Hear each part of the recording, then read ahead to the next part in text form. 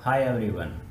तो यह चैनल मैंने लैब असिस्टेंट के लिए बनाया है और इस चैनल पर हम बायोलॉजी, फिजिक्स, केमिस्ट्री तीनों सब्जेक्ट को पढ़ने वाले हैं। हम तीनों सब्जेक्ट के कॉन्सेप्ट को पढ़ने वाले हैं। तो जब भी मैं कोई वीडियो डालूँ तो आप उससे रिलेटेड एनसीईआरटी को एक बार ज़रूर पढ़ लीजिए, इससे आपके कॉन्सेप्ट को क्लियर हो जाएंगे। हम यहाँ पे बिल्कुल डायग्राम बेस्ड पढ़ेंगे, कोई रटने वाली चीज़ नहीं है हमारे पास। तो आज हम बायोलॉजी में रिप्रोडक्टिव सिस्टम पढ़ेंगे। तो हम पढ़ने वाले हैं सबसे पहले male reproductive system. Male reproductive system pelvis region में होता है और इसके अंतर्गत one pair of testis, accessory duct, glands and external genitalia आते हैं। तो सबसे पहले हम टेस्टिस के बारे में पढ़ेंगे। टेस्टिस शुरू के 6 महीने में जब मेल फिटस अपनी माँ के पेट के अंदर होता है तो शुरू के 6 महीने में मेल फिटस का जो ये डेवलपमेंट हो जाता है टेस्टिस का।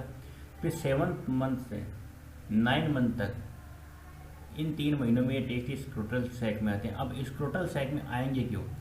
जो कि एब्डोमेन का टेम्परेचर होता है वो यहाँ पे 37 डिग्री सेंटीग्रेड होता है, जो कि स्पर्म को नुकसान पहुँचा सकता है, इसलिए।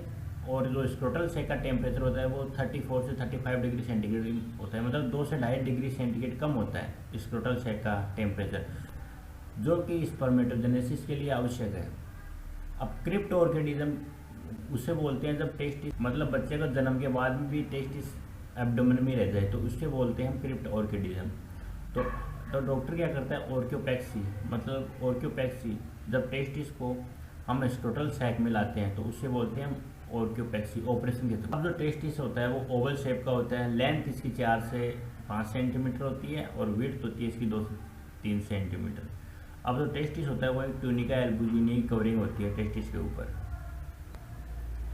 अब जो टेस्टिस के ऊपर जो एक होती है कवरिंग होती है उसको हम ट्यूनिका एल्बुजिनिया बोलते हैं, और इसके अंदर जो चेम्बर होते हैं टेस्टिस के अंदर, ऐसे चेम्बर, इन चेम्बर को हम, ये 250 चेम्बर होते हैं और इन चेम्बर को हम बोलते हैं टेस्टिकुलर लोब्यूल्स। एक टेस्टिस के अंदर 250 चेम्बर होते हैं तो 2 टेस्टिस के अंदर 500 के हो जाएंगे करीबन। तो इन चेम्बर में जो इन टेस्टिकुलर लोब्यूल्स, इसके अंदर 1 से लेकर 3 सेमिनिफेरस ट्यूबुल्स होती हैं। सेमिनिफेरस ट्यूबुल्स ध्यान रखना।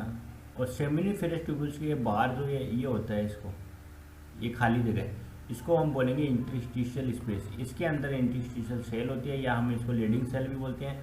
लीडिंग सेल एंड्रोजन का प्रोडक्शन करती है। एंड्रोजन, लीडिंग कोशिकाएं मेल में एंड्रोजन का प्रोडक्शन करती है। अब जो सेमिनिफेरस ट्यूबुल्स है ये खुद 2 प्रकार की कोशिकाओं से बनी होती है, male germ cell and Sertoli cell. Male germ cell ये क्या करती है, स्पर्म को प्रोडक्शन करती है। स्पर्म का production male germ cell meiosis के थ्रू, जो कि हम आगे पढ़ने वाले हैं। और जो सर्टोली सेल होती है वो इनको पोषण प्रदान करती है। जो हमने इंटरस्टिशियल स्पेस पढ़ा था ना, उसके अंदर और भी सेल्स होती हैं जो कि प्रतिरक्षात्मक कार्य करने में सक्षम होती है।